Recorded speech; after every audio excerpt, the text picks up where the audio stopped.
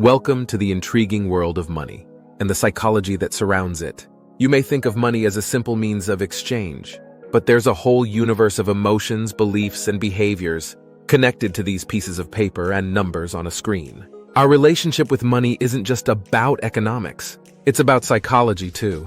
The way we perceive value, making decisions, and interact with money has a lot to do with our mental and emotional states. In this video, we're going to explore 5 vital lessons about the psychology of money. These insights will not only help you understand your own money habits better, but also equip you with the tools to improve your financial well-being. From the tangible to the emotional, from the personal to the societal, we'll unravel the complex layers of money and its psychological aspects. Stay tuned as we delve into the first lesson that will change your perspective on money.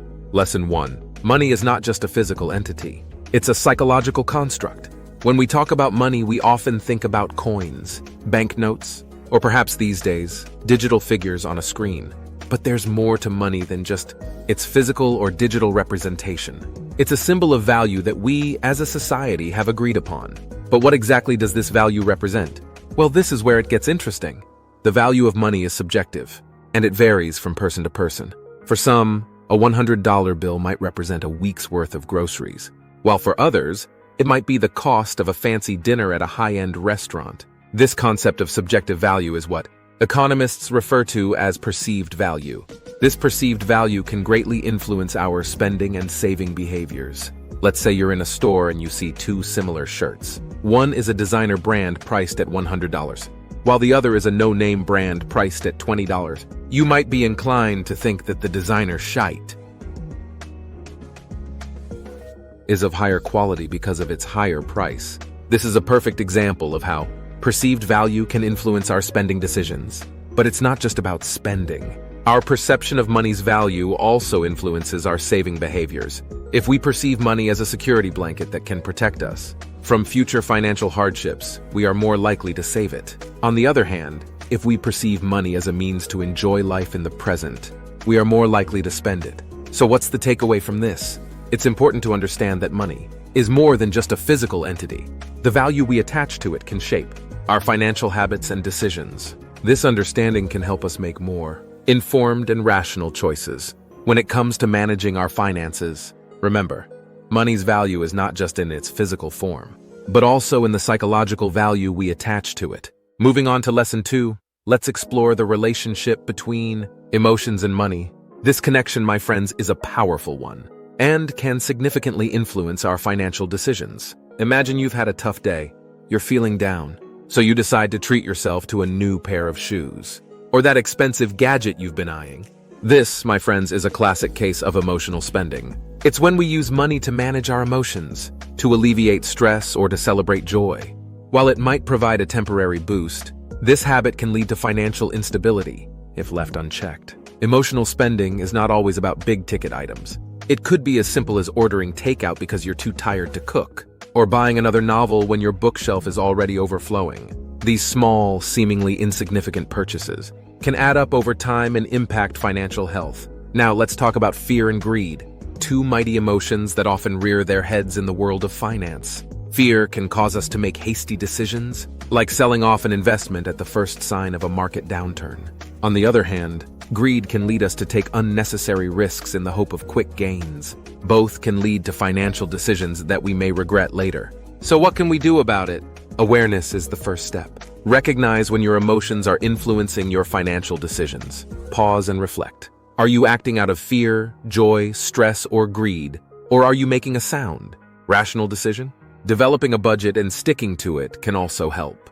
It provides a clear roadmap of your financial journey, making it easier to resist. Emotional spending. Remember, it's not about eliminating emotions from financial decisions. They are an integral part of who we are. The goal is to understand their impact, manage them effectively, and not let them dictate our financial choices. Keep your emotions in check to make sound financial decisions. Lesson number 3. Your self-worth plays a significant role in your financial decisions. It's not just about the numbers in your bank account. It's also about how you perceive yourself. Let's delve into this. Self-worth is your belief in your own value and your own worthiness. And yes, it significantly influences how you handle your money.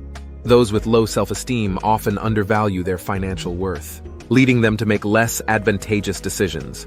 They might settle for a lower salary, spend impulsively to gain temporary happiness, or avoid investing due to fear of failure. On the flip side, a strong sense of self-worth encourages sound financial decisions. You're more likely to negotiate yourself, save for future needs, and invest wisely. When you believe you're deserving of financial stability and growth, it's clear that your financial decisions are a reflection of your self-worth. Elevate your self-worth to make better financial decisions. Lesson 4. Social influence significantly impacts your relationship with money. Now let's dive into how this plays out in our daily lives. Imagine you're standing in a store, staring at a pricey item you've been eyeing for a while, but you know you don't really need it. You're torn between your desire to save and the impulse to splurge. Now imagine your friend walks in, sees you eyeing the item, and says, "Go on, treat yourself. You deserve it." Suddenly, the decision becomes a lot easier, doesn't it? That's social influence in action.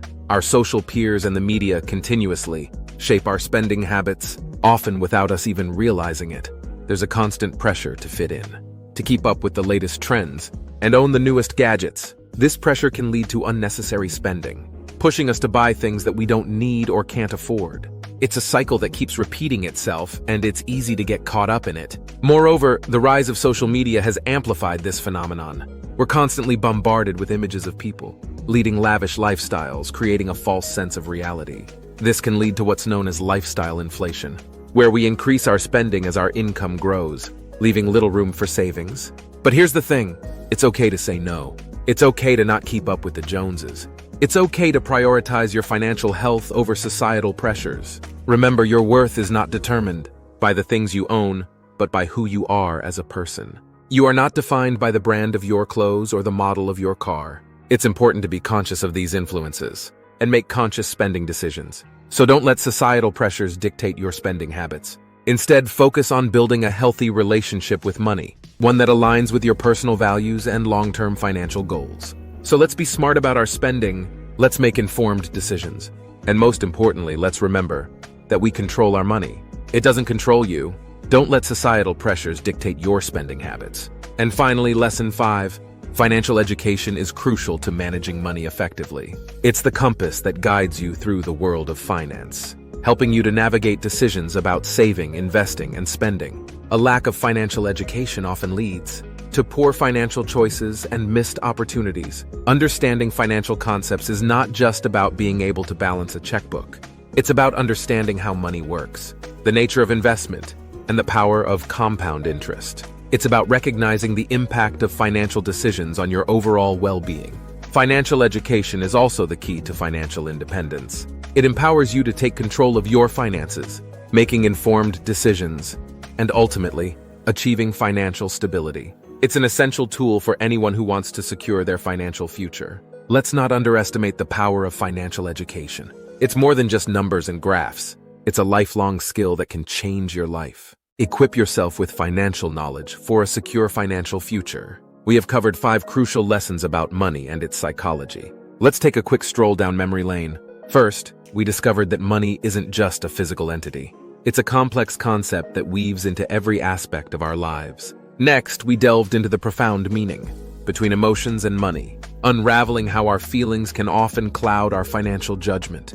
We then stepped into the realm of self-worth, understanding its significant role in our financial decisions. From there, we explored the impact of social influence on our financial behavior, revealing how societal norms and pressures can shape our monetary habits. Finally, we underlined the importance of financial education, acknowledging that knowledge truly is power when it comes to money management.